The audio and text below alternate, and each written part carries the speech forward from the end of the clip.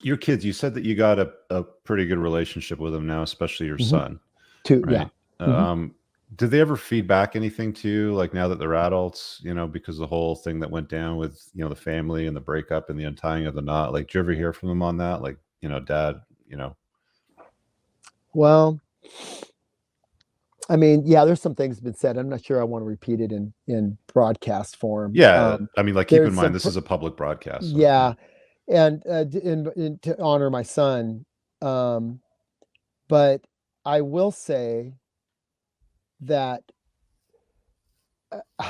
to anybody who's thinking about, you know, ending like what we okay, we had a very special situation, and I mean, this is really personal shit. I don't mind telling you this, but it's like, okay, this woman I married was the sister-in-law of a guy who was raised kind of by my dad. So he was almost like my brother, right? mhm, He worked for my dad's company. My dad had a very big company, and he had restaurants, and this guy worked in restaurants, and he wanted to be a designer when we were like 15, 16 years old.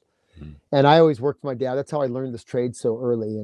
And I was a tradesman, and so we, by the time we were 19, we were built our own house together. And under my dad's guidance, he said, "Oh, I got this extra property. You guys go build this thing." And he mhm, threw one of his superintendents at us, and we figured it out. And he was more of a designer guy. And then we did projects all through our 20s, here and there. His name was Mark, and nice guy. Well, in college, he knocked up this girl, and they ended up getting married, Tammy. And so they had their kids, and they were sort of, like, they were friends. Sometimes I babysit their kids, and they were like friends of family. mhm, And we still did projects together. And then one day, 5 years later, there was the big event in Oakland, the Oakland Hills firestorm, and it burned down 3,000 houses in a day, 1991, September 1991. And I get a call from Marcus. Hey, man, there's this huge disaster happened. There's all these empty lots. You should go check it out and, buy some of the stuff. We should set a business up there, and I'll mhm, do it with you. I was like, okay, cool. So I went up there, and he had his sister-in-law pick me up from the airport.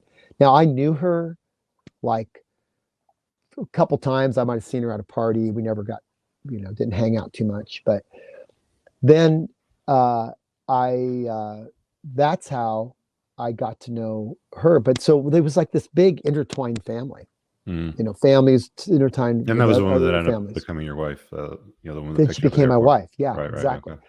So when I look at what people give up, what are they getting to go through? I mean, I guess if you're married for a couple of years and it's horrible and you don't really have a lot of legacy and stuff, I don't know, maybe it's worth it. But when you're married for a long time, like I am, and you have families all who are all, intertwined, and it's like, is it really better afterwards?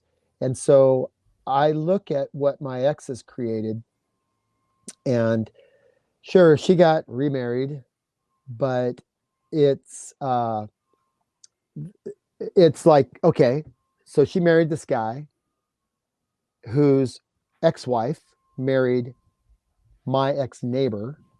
My ex-neighbor had a son who he was like 20. He was kind of lost and wondering. And this guy, then my neighbor said, "Hey, Dwayne, would you take my son for the summer and give him a job and take him see the world, kind of man him up?" And so Mhm. I've done that process with probably at least 10 guys. I mean, other parents have asked me to put their kids to work and sort of show them what the hell's going on, because they are, whatever they're doing, they're You mean on the screwing up. boat or when you were a No, no, builder? no, no, no. This is when I was working. This is when I was Okay. in my 40s, All right.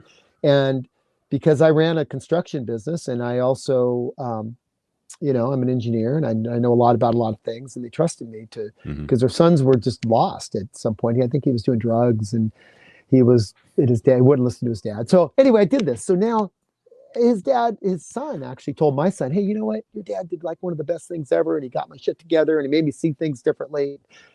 Now my life's a lot better." I was like, cool. But the fuckery of now, which house do you go for Thanksgiving? Which do you where do you go Christmas, and your alliances and allegiances, and the complexity that you develop in breaking apart families and in remarrying to somebody else, is that this whole structure just gets fucking complex and fucked up. Hmm. So it's I I can't say, I just know this is what one thing like my son has to look at. And some of this I'm just injecting like from what I know he's going to have to see. It's not that something he's saying, but it's got to be hard. Mm. It's got to be hard all the way around. So before you go and just say, okay, I'm going to pull the trigger and pull the plug, it can be very complex. That was my personal case. Okay. Not everybody's lives are so intertwined like that, but they could be. And on some level, everybody has a little bit of that. What's And what's the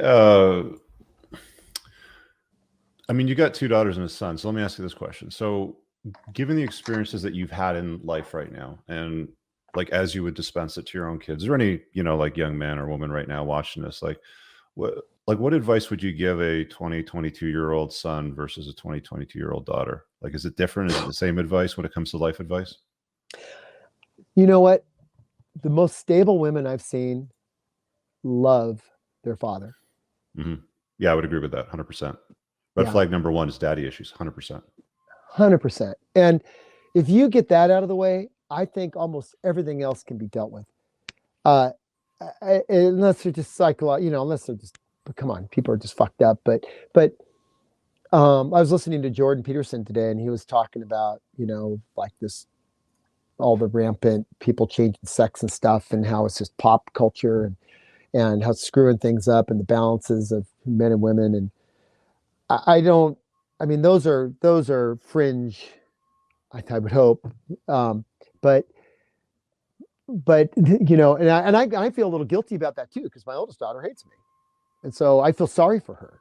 It's Mm. like, and she was lied to, and that's the other thing. It's like, I know she was, and um, so she's got to go through life being raised for 18 years by this guy she trusted, and then all of a sudden this bundle of lies because my ex needs to look good so she can go forward in life and get herself this house on overlooking the ocean. Hey guys, I really hope that you enjoyed that short clip. If you did, consider supporting the creation of content by checking out my supplement line. Pinned in the top comment below of this video in the comments, there's a link to the unpluggedalpha.com/shop. When you click through, you'll be able to land over here, and the entire lineup is broken down by category that it performs best in: estrogen metabolism, fat burning, your foundational essentials for health, immune health, performance, and testosterone support. If you check out with coupon code ALPHA10, you'll get 10% off on your first order. There's also the option to use the subscribe and save model, where regular shipments will be sent over to you on a regular basis, and that gives you a little bit of a discount, and your supplement facts are always broken down over here. Thanks for watching. I hope you guys have an awesome day. And again, check out that link. It's pinned in the top comment below in this video. Peace out.